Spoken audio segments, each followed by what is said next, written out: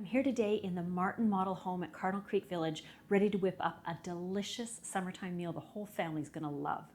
Today I'm excited to show you how to make a terrific summertime meal, grilled chicken souvlaki bowls. They're so easy to prepare and the whole family's going to enjoy not only helping, but eating them too. So we're going to start with our base layer, which in this case is brown rice. You can also use white rice if you prefer, cauliflower rice, quinoa, even pasta if that makes your family happy.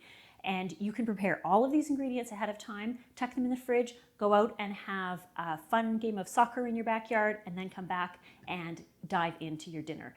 So once we've got our base layer, then we're going to add our grilled chicken next. And this has been marinated in a Greek style dressing and then grilled and sliced, and I tucked it in the fridge until I was ready to make it.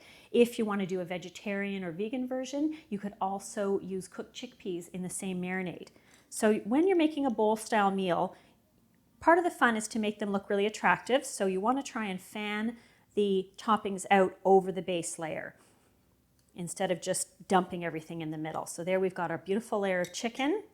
And next up, I'm going to add in the vegetables. And I've got quite a few here. When my children were younger, I would always tell them that they had to choose at least 3 of the things if it was this style of assemble your own meal. That way they were in control, and maybe they would have a whole bunch of chicken, some onions, some cucumber. That was it. That was okay. That's a balanced dish. So I'm going to put some cucumber here next, pre-sliced. And then we've got some tomatoes. I like these little cherry or grape tomatoes. We've got some red and green pepper. So again, these are very common ingredients in a sort of Greek or Middle Eastern style meal.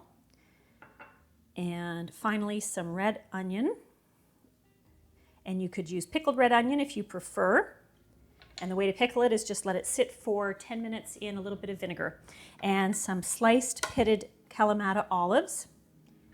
And then we finish with a big dollop of tzatziki in the middle, because that's just a great Greek-style condiment, and it helps make the dish a bit more moist when you go to eat it.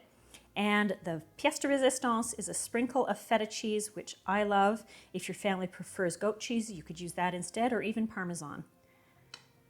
There, so just moments to prepare, and now our beautiful souvlaki bowl is ready to be enjoyed.